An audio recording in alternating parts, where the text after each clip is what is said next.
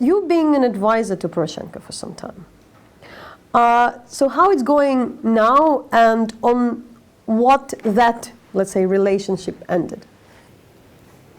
Well, what happened during this Poroshenko period, I think, was a great achievement by Ukraine, by the way. I vividly remember the period in 2013 and primarily the spring of 2014, when this country was on the verge of military, political, financial collapse. And there were quite a number of people in the East and in the West who said that Ukraine is gone. But Ukraine was recovered and has sort of is back as a normal, prospering country, and that was due to the achievement of the Ukrainians themselves, the election of Poroshenko, and then the Yatsenyuk government, and all of the things that were done, and also the support of the West. So it was a very important period, and now the country has entered clearly a very different political phase. Do you have some early advice? The ones which probably something which hadn't been done earlier, something you think you can manage now? And well, there are a couple of things where I'm encouraged. I mean, he's now talking about the big land reform issue, and I remember discussing that with Poroshenko X numbers of times. And IMF have been pressing, and everyone have been pressing, and I always made the argument, if the Russians could do it better, why can't you do it? And there was also always the argument the Rada will never be in favor of it. They are too split, it's too controversial. Now, let's see if that happens. That's going to be important because Ukraine has a fantastic potential when it comes to food production for a hungry, growing world. So that's encouraging. And there are a couple of other things that are encouraging. I'm slightly worried by this tendency to go around in the country and say you should buy you have money, you should build a road, or that reminds me somewhat of what I've seen happening in Russia, and that's not the way to run a state. But that might be sort of temporary politics rather than long-term strategy. And now we are talking at probably a new wave of negotiation with Russia, in particular in the Normandy Forum, but as well, it's obvious that the rhetorics had changed from the President Zelenskyy, partly, I'm speaking about the humanitarian side of it, and as well, we definitely are speaking about the major prisoners exchange between Russia and Ukraine. So how do you look at that, and also where you see the things to look at? I think it's too early to see where this is leading. Clearly, the Kremlin wants to test Zelenskyy. Fair enough. They got this new guy in Kiev. They're quite uncertain where he's heading. So they tested him with this particular exchange. The exchange happened. That was good. It was obvious that they had one demand, and that was this MH17 guy. You can well understand why they wanted him back, and they got it. The question is, how do they interpret this in terms of the and in terms of what will happen? Do they think that this has showed the strength of Zelenskyy, or do they believe that this has showed the weakness of Zelenskyy? I don't know, but the Kremlin interpretation of the negotiations for the prisoners of exchange will clearly determine the next step that the Kremlin is ready for. There will be further steps. I mean, they started rather tough with the passportization and all of those things. And they will take it step by step and see how far they can take it from their point of view. You definitely do not speak on behalf of the international community, but you are clearly a representative. Particularly in case of this witness in case of MH17 Semach, there was a huge concern among the Ukrainian public, in particular when there was all this, at first, rumors that this person would be, that Mr. Semach would be exchanged, that would be a disaster for Ukrainian image, that Ukraine had given a suspect, he is a witness, though I should say at that stage he used to be, and he'd been here for 2 months. So how do you see this story? Also that in some cases we often hear from the Western leaders that there is the need for compromise, that you can't always achieve what you want, and that sometimes the difficult decisions are taken. True. There's always a need for compromise, and there's always difficult decisions, and there's no sort of it's not a black and white when it comes to these particular issues. Of course, there were significant question marks over this particular decision that was taken. But at the same time, there is sort of everyone wants to support President Zelensky. Everyone wants him to succeed. And there's a tendency to say, well, if you judge this to be really the thing that needs to be done, then, well, okay, fine, well, yeah, after all, it did happen. But to say that there was happiness in the West over this particular aspect of the exchange, there was happiness over the exchange. Needless to say, that's been discussed for a long time. But this particular aspect, but it shows, I mean, you could also interpret it as it shows that the Russians are really worried about the MH17 investigations. The fact that the Russians were so desperately keen to get the guy back under Moscow control shows that they fear the international continued investigation over MH17. All the other people who've been brought back, they can also testify in many other cases. You know, like, so if you still get them, for instance, to testify in so many cases when Russia had broken the law. Either this is the attack in the Kerch Strait or something with the tortures towards the political prisoners they cut. So that's makes it quite difficult that you can't say that one court is more important and one testimony is just more significant than the others. We understand why MH17 is could be considered the more important for the West yet. Well, MH17 is rather special also because that is really a smoking gun, to put it in those terms. Smoking gun in the sense that this was obviously a Russian army weapon system unit brought onto the territory of Ukraine. And the fact that one can then sort of perhaps prove conclusively the persons who were there, the exact equipment, exactly which unit in the Russian army it was coming from, that's a smoking gun, but makes the Russians rather nervous.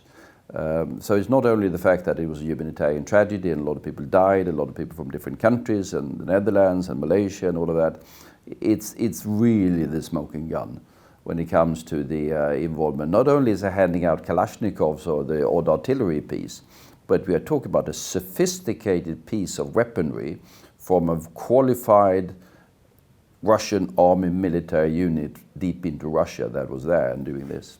Do you see that there could be a difference in the role of France and Germany in the conflict, and what else could be done? What Ukrainians also could expect at this stage from the partners?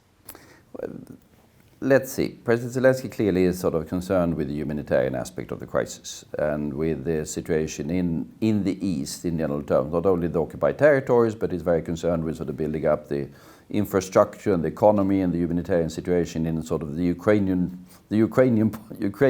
or whatever you should call it, the Kiev-run parts of Ukraine, of the east. And he thinks that not enough has been done in that particular respect. And I think the international community will do whatever it can in trying to support him in that, including what can be done in order to ease the humanitarian aspects of what is there in the occupied territories. At the same time, there will not be a resolution of the issue without there being a readiness in Moscow to actually do something and do some compromises, to use that particular word. Are there any signs as of yet of the Kremlin ready for that? I mean, if you've been to Moscow recently, I was there somewhat prior to that and discussed extensively. There's no enthusiasm in Russia for the Donbas thing. They don't understand it, they consider it a waste of time, money, and whatever. But at the same time, the regime in Kremlin is in a rather sort of fragile position. Are they ready to do a compromise that will be seen as a compromise by the Russian public? That remains to be seen. Kremlin must demonstrate that they are ready to take a step of some sort. And whether they are ready for that, I don't know. We are expecting that finally President Zelensky and Mr. Trump would meet. They were expected to meet in Poland, and then there would be there were discussion about a longer visit to the U.S. In the end, I understand they might meet during the UN General Assembly. So, what still you think that for the new president, as any new leader, would be good advice in what to expect and how to build the relations with President Trump? What does President Trump know? What does he know about Ukraine? I don't know. Probably not that much. So I think it would be important for President Zelenskyy to sort of give a view to President Trump what his vision is of where should Ukraine be in 5 years, in 10 years, and 15 years, not only as sort of a place to build golf courses or recreation facilities, but I mean, there's an enormous economic potential of this country. And business opportunities and all of those things, that could be something to present. So that it is not only the question of the conflict with Russia, that's obviously very important, but also the potential and the nature of Ukraine that needs to be brought home to the president. For the last years, we're discussing more or less the crisis of the European Union, more or less the crisis of vision, and we look at the populists coming to the power in different countries. We're looking at the situation, for instance, in the countries not just like Hungary and Poland, but like Italy. Where do you see what is now the major challenge for the European Union? If we speak about the vision and somehow getting out of this choice between stay as it is, which people don't like to preserve what we have, and those new things which in particular populists promise. Where we don't see so far the third kind of offer. No, we don't, because I mean the European Union is in a state of transition, and it will take some time for this to sort of settle itself. If you look at the big issues, clearly the European Union must be more assertive as a global actor. We talk about the strategic sovereignty of Europe must be reinforced in different ways, and that has to do also with the transatlantic relationship. The transatlantic relationship is not what it used to be, to put it in the mildest possible forms. We face the prospect of a trade war. Trump has a trade war with China. Is Europe going to be the next trade war for Trump? We must be prepared for that. So that's a priority, and I think people are more aware of that in Brussels than you see in the public pronouncements. Then you have a couple of fairly major challenges. We have the green issues, the climate issues, the transition from the fossil era to the new era.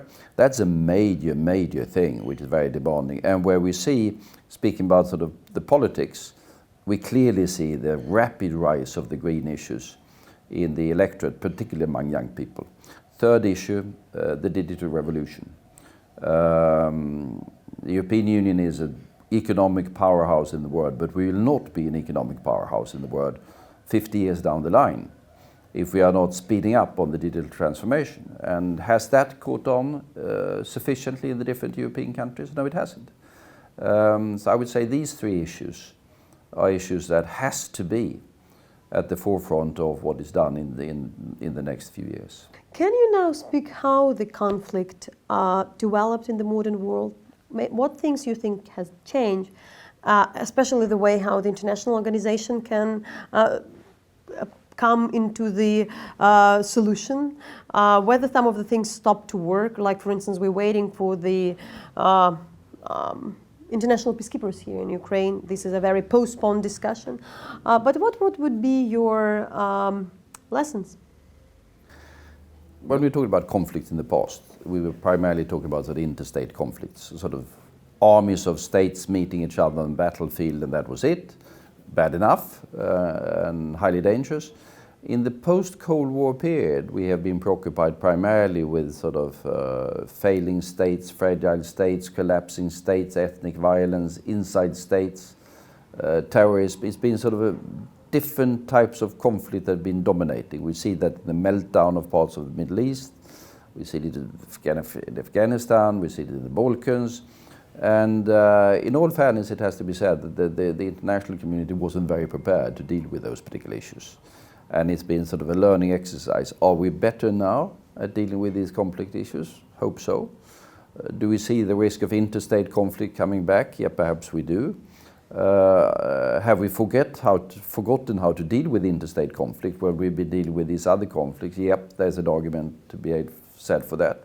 So it's an evolving landscape. Then we were for a while in the post-Cold War period in a good situation in the sense that we could work together in the Security Council. I remember when I dealt with the Balkans, Russia was a partner.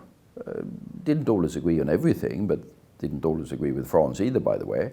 But I mean, I was working very closely with sort of Americans and Russians and French and Brits, and they were part of it. That is no longer the case.